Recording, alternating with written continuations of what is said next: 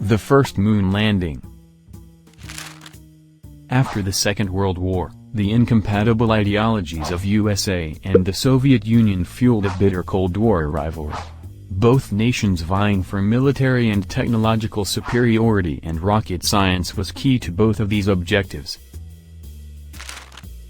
This competitive atmosphere led to the so-called space race. The Soviets took an early lead by orbiting the first artificial satellite and by sending the first man to space.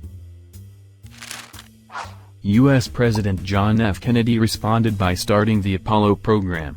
5 years later, in the summer of 1969, Neil Armstrong, Buzz Aldrin and Michael Collins stepped aboard the Saturn V rocket.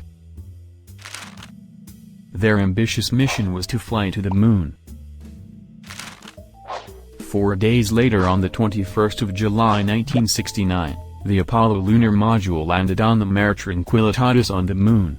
More than 500 million people watched on televisions as Neil Armstrong stepped onto the surface of the moon and said those famous words, "That's one small step for man, one giant leap for mankind." After returning to Earth 3 days later, Armstrong and his 2 colleagues were celebrated as heroes around the world. Many nations paid tribute by printing postage stamps and commemorative coins. The achievement of putting the first man on the moon was an important symbolic victory during Cold War for the U.S. In retrospect, this signaled a shift in the power balance between the rivals.